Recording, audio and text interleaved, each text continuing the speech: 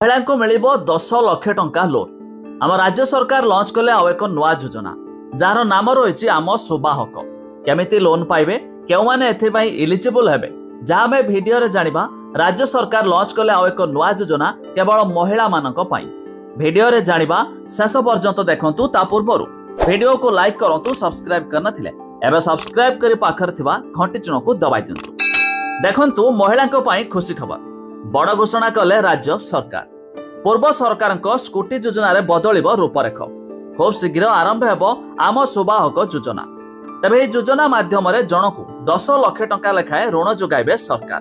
तेबे 4 वर्ष रे 1100 महिला को दियाजिबो कार। एही कार को टैक्सी भाबे व्यवहार करिवे महिला। प्रथम वर्ष रे 200 जन को दियाजिबो कार, द्वितीय वर्ष रे 250, तृतीय वर्ष रे 300 जन को दियाजिबो कार, आ चतुर्थ वर्ष रे 350 जन महिला को दियाजिबो गाड़ी। तबे 21 रु 40 वर्षर महिला को मिलिबो एही सुजोग। ओएसआरटीसी एवं क्रूट ड्राइवर को दियाजिबो अग्राधिकार। तबे गाड़ी नेबा बेले 1 लाख टंका देबे महिला।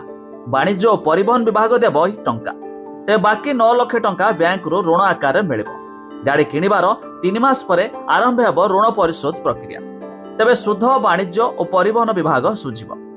तबे गाड़ी चालकों बीमा बाबद 1000 टंका देबे सरकार। गाड़ी किनिबा बाबद खर्च हेबो 110 कोटी।